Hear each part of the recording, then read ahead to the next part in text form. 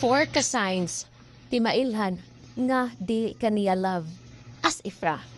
Una, wala ga match ang iyang action sa iyang mga gipanulti.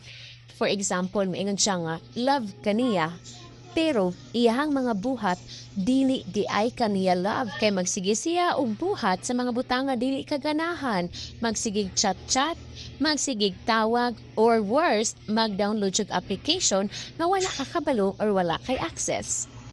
Kanang dagan kaayo siyang gi-promise sa imuha pero walay natuman bisag usa.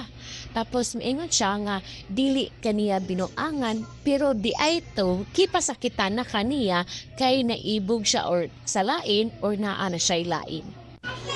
Ikaduha, dili siya tig-open up nimo.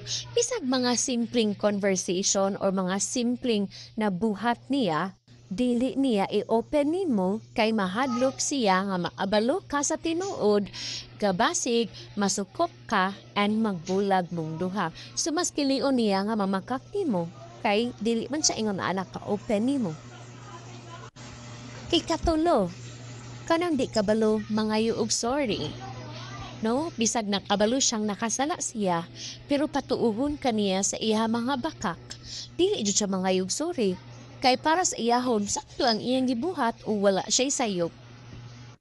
Kanang tao nga tinuod nagigugma nimo, mag-sorry na. Kay kabalo siya mismo sa iyang kaugalingon nga naa siya'y sayop o di pud siya ganahan nga mawala ka sa iyang kinabuhi. Ikaupat o pinakalas, nakig-igat-igat siya sa lain.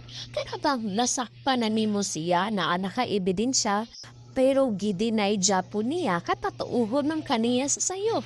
Patuuhon kaniya sa bakak niya.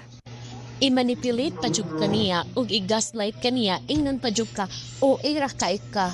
Dramatic ra kayo ka. Sobra na kaayo ka. Uy, simbako. Tapos ingnon pa jud ka ngano magselos man ka. Nga nag-chat raman ko niya o ngano magselos man ka nga friend raman ning duwa. Ni simbako pag ingunani gani na siya or pag inaana gani siya nimo pasabot dili kaniya love as if wala na nga love as if nagugma ayaw patunto niya.